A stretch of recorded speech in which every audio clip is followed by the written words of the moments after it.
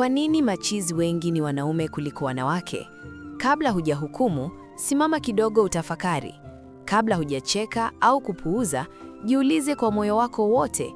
Je, ni nani anayesikiliza maumivu ya mwanaume?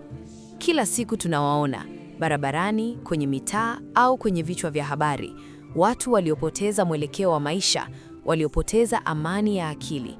Mara nyingi ni wanaume, sio kwa sababu walizaliwa dhaifu, bali kwa sababu walifundishwa kuficha udhaifu wao.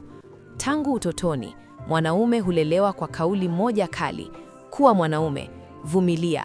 Kilio hubanwa, hofu hufichwa, uchovu hutafsiriwa kama uvivu.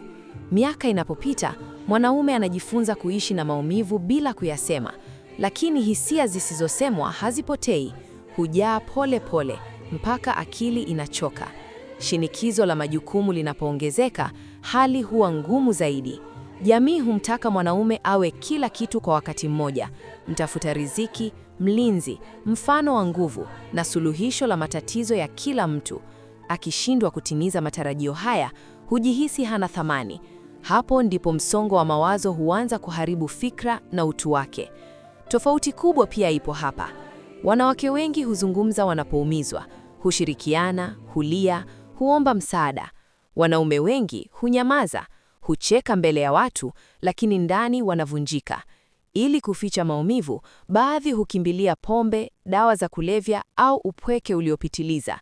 Kinachoanza kama kupunguza mawazo hugeuka kuwa mlango wa kuanguka zaidi kwenye giza la akili. Lakini ukweli huu lazima usemwe wazi: mwanaume pia ni binadamu, ana hisia, ana maumivu, ana mipaka. Tatizo sio wanaume kuwa dhaifu, tatizo ni jamii kutowaruhusu wanaume kuwa wakweli kuhusu wanachohisi. Hitimisho: kama jamii itaanza kusikiliza badala ya kuhukumu, kama mwanaume ataruhusiwa kulia bila kuitwa dhaifu, kama kuomba msaada kutaonekana kama hekima badala ya aibu, basi idadi ya wanaume wanaopoteza akili na mwelekeo wa maisha itapungua. Afya ya akili ni haki ya kila mtu. Kimya sio suluhisho, na kuzungumza kunaweza kuokoa maisha.